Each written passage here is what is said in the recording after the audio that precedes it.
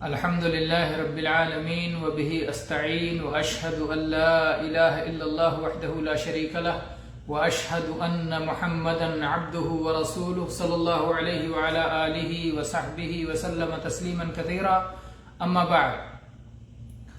گرامی قدر حضرات و خواتین، تجارت اور بیع کے مسائل سلسلے وار ہم شیخ ابن عثیمین رحمہ اللہ کی کتاب الشرح الممتع سے پڑھ رہے ہیں، جس میں اللہ کے فضل سے اب تک بیع کے صحیح ہونے کی 4 شرطیں پڑھ چکے ہیں. آج انشاءاللہ ہم 5ویں شرط پڑھیں گے. 5ویں شرط کیا ہے؟ تجارت کے درست ہونے کی، خرید و فروخت کے صحیح ہونے کی 5ویں شرط یہ ہے ان یکون مقدورا علی تسلیمہ، کہ طرفین اپنی اپنی چیز سپرد کرنے کی، دوسرے کے حوالے کرنے کی، دوسرے کی ملکیت میں دینے کی قدرت رکھتے ہوں. بائع ہو یا مشتری ہو، سمن ہو یا مسمن ہو، دونوں سپرد کرنے کے، دوسرے کے ہاتھ میں دینے کی قدرت ہو، طاقت ہو، تب بیع درست ہوگی. اس کے بغیر بیع درست نہیں ہوگی. کیونکہ بیع میں کیا ہوتا ہے، ایک شخص کا مال اس کی ملکیت سے نکل کے دوسرے کی ملکیت میں جاتا ہے.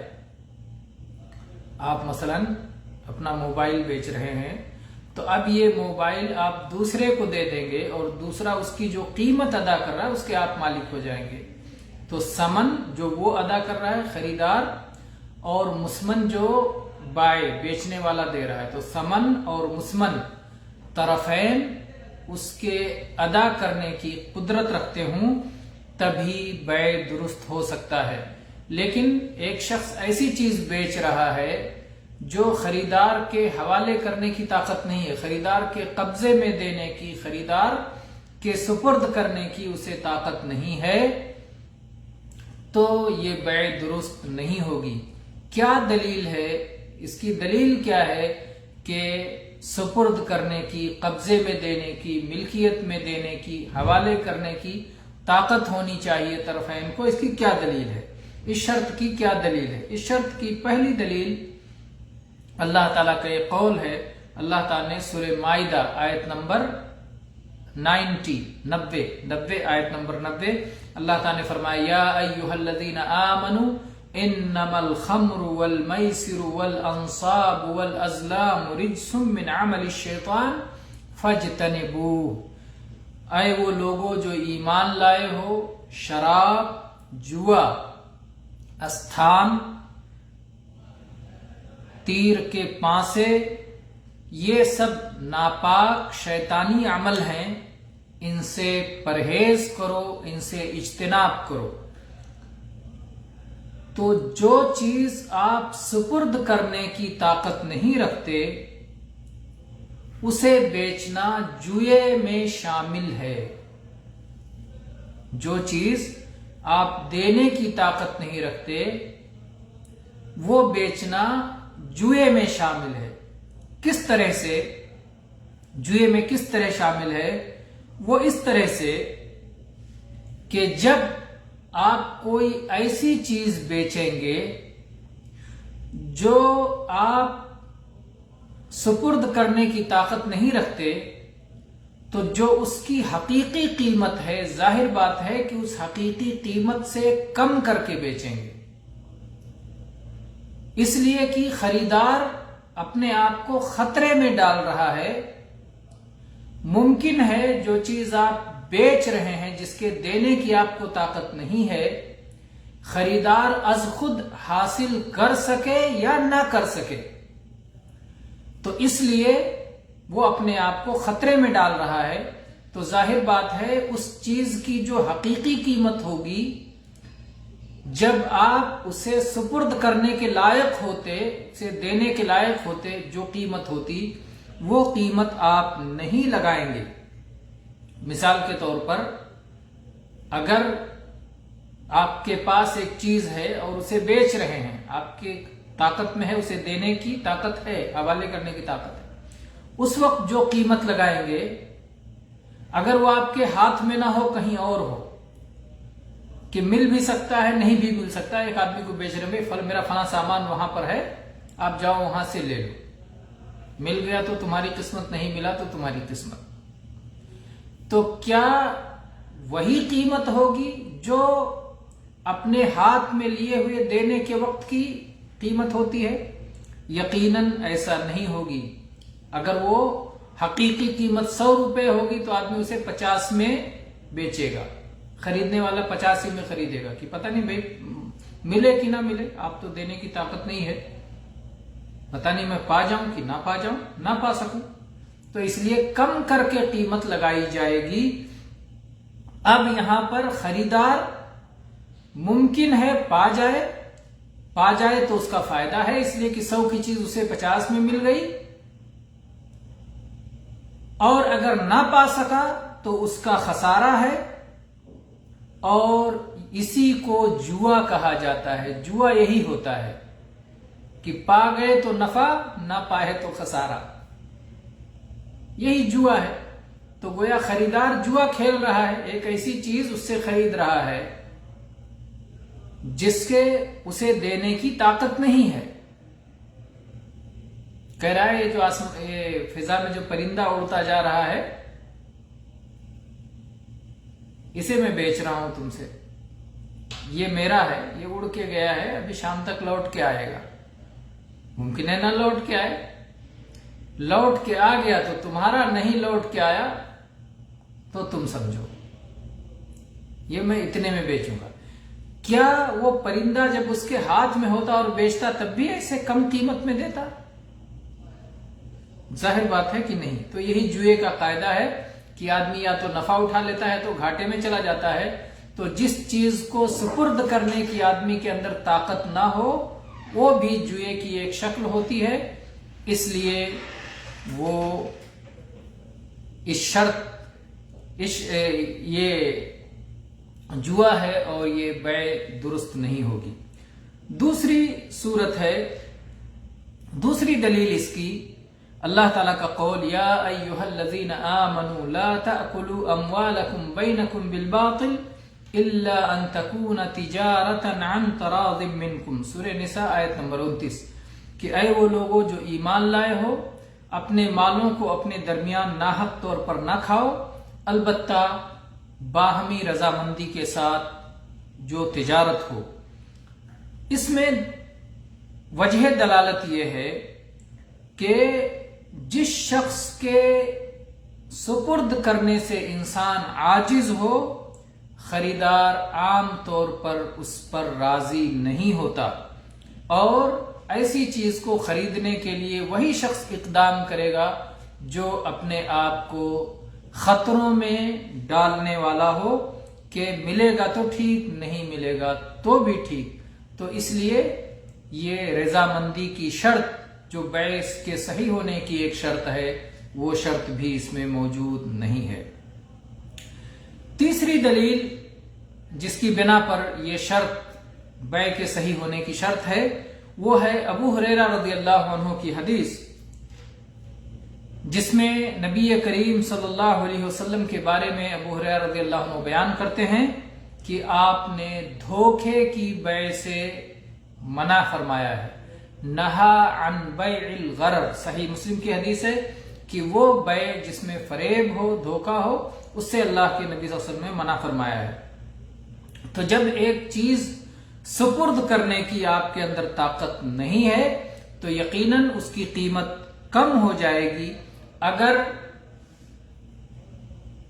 خریدار اسے حاصل کر لے گیا تو وہ نفع میں ہے، اور اگر نہ حاصل کر سکا تو وہ نقصان میں ہے، اور یہی نقصان دھوکہ ہے، یہی نقصان دھوکہ ہے۔ تو جو شخص کسی چیز کے سپرد کرنے کی طاقت نہ رکھے تو اس بیع میں غرر ہے، اس لیے وہ بیع درست نہیں ہے، اس لیے کہ کبھی کبھی بیچنے والا ہو سکتا ہے پیسہ لگا دے کہ ہو سکتا ہے میں اسے حاصل کر سکوں، اور پھر وہ حاصل نہ کر پائے، اور اپنی قیمت کا کچھ بھی فائدہ نہ اٹھا سکے۔ چوتھی دلیل اس کی تو 2 قرآنی آیات کی دلیل ہو گئی، ایک حدیث کی دلیل ہو گئی، اور ایک دلیل نظر صحیح، غور و فکر، عقلی دلیل۔ وہ کیا ہے؟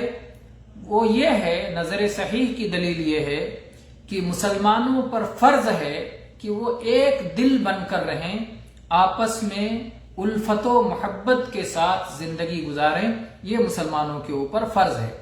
اور اگر اس طرح کی بیع جائز ہو جائے کہ جس میں سپرد کرنے کی انسان کو طاقت نہ ہو، تو اس بنیاد پر آپس میں بغض و نفرت پیدا ہوگی، لازمی طور پر بغض و نفرت پیدا ہوگی، کیونکہ اگر خریدار اسے حاصل کر لے گیا تو بیچنے والے کے دل میں حسد اور جلن ہوگا، اس لیے کہ ظاہر بات ہے جو چیز بیچنے والا ہاتھ میں دینے اور قبضے میں دینے کی طاقت نہیں رکھتا ہے، اسے بیچ رہا ہے اور خریدنے والا خرید رہا ہے، تو حقیقی قیمت میں تو نہیں دے گا، کم کر کے دے گا۔ اب خریدنے والا حاصل کر لے گیا اسے، تو اسے جلن ہوگی کہ دیکھو اگر وہ میرے ہاتھ میں ہوتا تو آج میں اسے اتنی قیمت میں بیچا ہوتا۔ تو ایسی صورت میں بیچنے والے کے دل میں حسد اور جلن پیدا ہوگی، اور اگر خریدار نہیں حاصل کر سکا، پیسہ دے دیا، ٹھیک ہے بھائی میں لے لوں گا اور میں قبضہ لے لوں گا، میں حاصل کر لوں گا، آپ اس کے لیے نہ پریشان۔ بعد میں خریدار اسے نہیں حاصل کر سکا تو خریدار کے دل میں بیچنے والے کے تئیں بغض اور نفرت پیدا ہوگی اور اس سے دشمنی پیدا ہوگی۔ اسی لیے شریعت میں وہ ساری چیزیں ممنوع ہیں جو باہمی طور پر بغض اور نفرت کا سبب بنتی ہیں، اور اس سے شریعت نے قطعی طور پر منع کیا ہے، کیونکہ شریعت کی بنیاد ہی مسلمانوں کے درمیان الفت و محبت پیدا کرنے پر قائم ہے۔ تو اس شرط کے یہ دلائل ہو گئے۔ کیا شرط؟ 5ویں شرط کہ دونوں فریق، خریدنے والا اور بیچنے والا، دونوں فریق جس چیز کے لیے عقد کر رہے ہیں، جس چیز پر عقد کر رہے ہیں، بیع و شراء کر رہے ہیں، وہ سپرد کرنے پر قادر ہوں، عاجز نہ ہوں۔ ثمن، قیمت دینے والا خریدار قیمت دینے پہ قادر ہو اور بیچنے والا سامان دینے پر قادر ہو، تو دونوں کے اندر قدرت ہونا شرط ہے۔ پھر اس کے بعد اس کی مثالیں بتا رہے ہیں کہ اگر کوئی شخص بھاگا ہوا غلام بیچتا ہے، ایک غلام گھر سے بھاگ گیا، اب اس کے کنٹرول میں نہیں، پتہ نہیں کہاں بھاگ گیا ہے، ایک آدمی دوسرے سے بیچتا ہے، بھائی میرا غلام بھاگ گیا ہے، میں تمہیں بیچتا ہوں، اگر تم پکڑ لینا تمہاری قسمت، پا جانا تمہاری قسمت، خریدو گے؟ میرے غلام اتنی قیمت کا ہے، اتنے ہی میں تمہیں دے دیتا ہوں، کیونکہ بھاگ گیا ہے۔ غلام سپرد کرنے کی طاقت نہیں ہے، تو یہ بیع درست نہیں ہے۔ ایسے ہی اونٹ رسی توڑا کے بھاگ گیا، پتہ نہیں کہاں گیا، اونٹ ہو، گائے ہو، بیل ہو، بکری ہو، کوئی جانور ہو، بھاگ گیا، غائب ہو گیا۔ اب اسے بیچ رہے ہیں اور اسے حوالے کرنے کی طاقت نہیں ہے، پتہ نہیں کہاں گیا ہے۔ کہا بھائی اگر مل گیا تو تمہارا، نہیں ملا تو تمہاری قسمت، میں تمہیں اتنے ہی میں دے دیتا ہوں کم کر کے، تو یہ بیع بھی درست نہیں ہے، چاہے خبر اس کی معلوم ہو چاہے خبر نہ معلوم ہو، کیونکہ بیچنے والا اسے سپرد کرنے کی طاقت نہیں رکھتا، اس لیے یہ بیع درست نہیں ہے۔ اور خصوصاً جب امن و امان کی صورتحال نہ ہو اور پتہ نہ ہو کہ وہ چیز کہاں گئی ہے، تو ظاہر بات ہے کہ خریدار اسے پا سکے گا، یہ بہت دشوار چیز ہے۔ اس لیے اس طرح کی بیع درست نہیں ہے۔ لیکن اگر اسے طاقت ہے، جو بیچ رہا ہے اسے طاقت ہے کہ میں واپس لا کے، بھاگا ہوا غلام واپس لا کے آپ کے حوالے کروں گا، آپ کے سپرد کروں گا، تو وہ بیع درست ہوگی۔ یا اسی طرح سے اگر خریدار اس پر قادر ہے کہ میں اس کی جگہ جانتا ہوں، کہاں موجود ہے جانتا ہوں، سب کچھ میں اسے لے لوں گا، تو بھی بیع درست ہوگی، اس لیے کہ جو علت ہے وہ ختم ہو گئی۔ علت کیا ہے کہ تسلیم سپرد کرنے پر قادر نہیں ہے۔ اب یہاں قدرت ہو گئی کہ بھاگ تو ضرور گیا ہے، بھاگا ہوا غلام بیچا جا سکتا، کیونکہ اسے پکڑ کے لانے کی اور اس کے حوالے کرنے کی طاقت ہے۔ تو جب وہ جگہ جانتا ہے، اسے پکڑنے کی قدرت ہے، تو بھاگے ہوئے وقت میں اسے بیچنے کی اجازت ہوگی، کیونکہ بعد میں وہ دے سکتا ہے۔ لیکن اگر بھاگے ہوئے جو غلام کا مالک ہے، جو بیچ رہا ہے، بائع، اسے پتا نہیں کہ غلام کہاں بھاگ گیا، اور خریدار کو سب کچھ معلوم ہے، کہاں ہے اور پکڑنے کی طاقت ہے، سب کچھ ہے، اور وہ بائع کو فریب میں رکھ کر، دھوکے میں رکھ کر کے کہ تمہارا غلام تو گیا، اب وہ واپس نہیں آئے گا، وہ کہاں گیا پتا ہے، حالانکہ خریدار کو پتا ہے کہ فلاں جگہ ہے، میں وہاں سے بآسانی پکڑ سکتا ہوں اور لا سکتا ہوں اگر یہ مجھے بیچ دے، تو بائع کو دھوکہ دے کر کے اگر خرید لیتا ہے تو بھی ایسا کرنا درست نہیں ہے، جائز نہیں ہے، کیونکہ ایسی صورت میں ظاہر بات ہے کہ اس کی حقیقی قیمت سے کم کر کے اسے خریدے گا۔ اسی طرح سے بھاگے ہوئے اونٹ، جانور یا دوسرے جانور ہیں اور وہ پکڑ میں نہیں آ سکتے، تو ان کا بھی یہی مسئلہ ہے۔ اس کے بعد میں کچھ اور مثالیں مؤلف نے دی ہیں، انشاءاللہ اسے ہم اگلے درس میں پڑھیں گے۔ وآخر دعوانا ان الحمد للہ رب العالمین۔